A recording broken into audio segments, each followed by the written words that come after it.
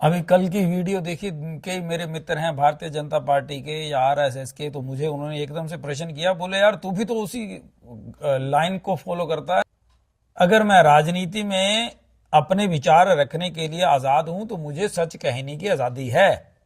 कहीं ना कहीं मुझे आशा रहती है कि चलो प्रधानमंत्री मोदी हमारे देश के प्रधानमंत्री हैं और बड़े अच्छे ढंग से वो काम कर रहे हैं, अंतरराष्ट्रीय स्तर पर भारत की जो साख बना रहे हैं, लेकिन ग्राउंड लेवल पर जो उनके कार्यकर्ता हैं, जो उनके कार्य करने वाले हैं, जो उनके नेता हैं, वो तो फेल है ना। वो मोदी के नाम पे खा रहे हैं, मोदी के नाम पे जीत जाते हैं और फिर आकर के काम भी मोदी करे, तो ये तो नाइंसाफी है ना। तो किसी को तो बोलना है, मुझे इनके तरले करने नहीं, तलवे छाटने नहीं, तो मैं तो बोलूंगा, आई विल हैव टू।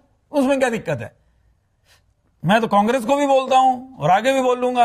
अब कांग्रेस ही मेरे पास बैठे हुए थे, उनसे मैंने बात करी, मैंने कहा यार बताओ मुझे, ये 3 साल हो गए सरकार को बने हुए लगभग, अब मुझे बताओ इन्होंने सिवाय केवाईसी को और क्या काम किया जो लगातार किया?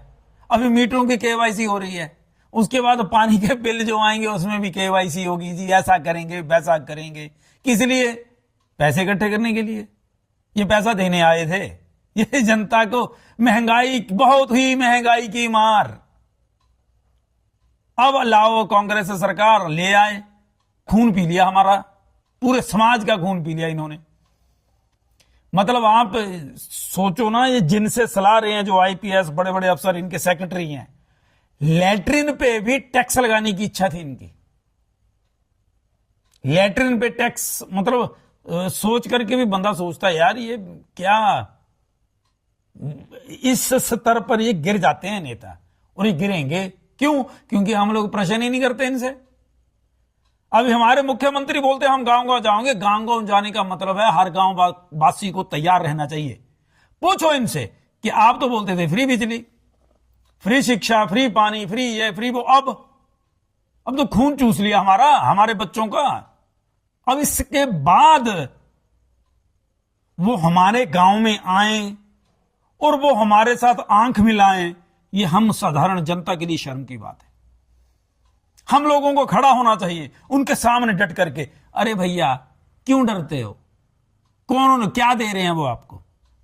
आपकी नदियां खा गए, आपके पहाड़ खा गए, आपके जंगल खा गए, आपके बच्चों का स्कूल खा गए, आपके बच्चों का भविष्य खा गए, और क्या खा लेंगे? ये हॉस्पिटलों की दवाइयां तक खा गए, और लैट्रिन पे टैक्स लगाने के चक्कर में थे। और क्या कर लेंगे मुझे बताओ?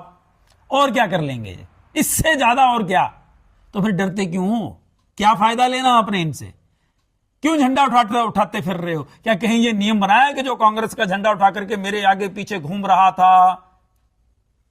उसके घर पे टैक्स नहीं लगेगा, उसको बिजली फ्री होगी? कुछ ऐसा है नियम?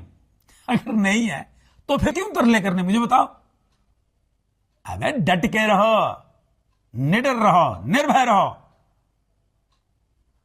भगवान साथ है, डरने की क्या बात है, ये याद रखो।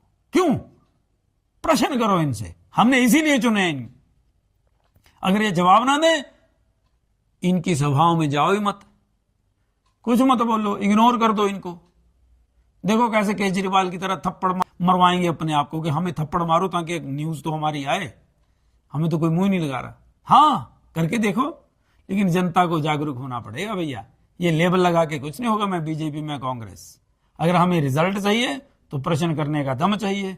अगर दम चाहिए तो इसका अर्थ है कि हमें निर्भय होना पड़ेगा, निडर होना पड़ेगा।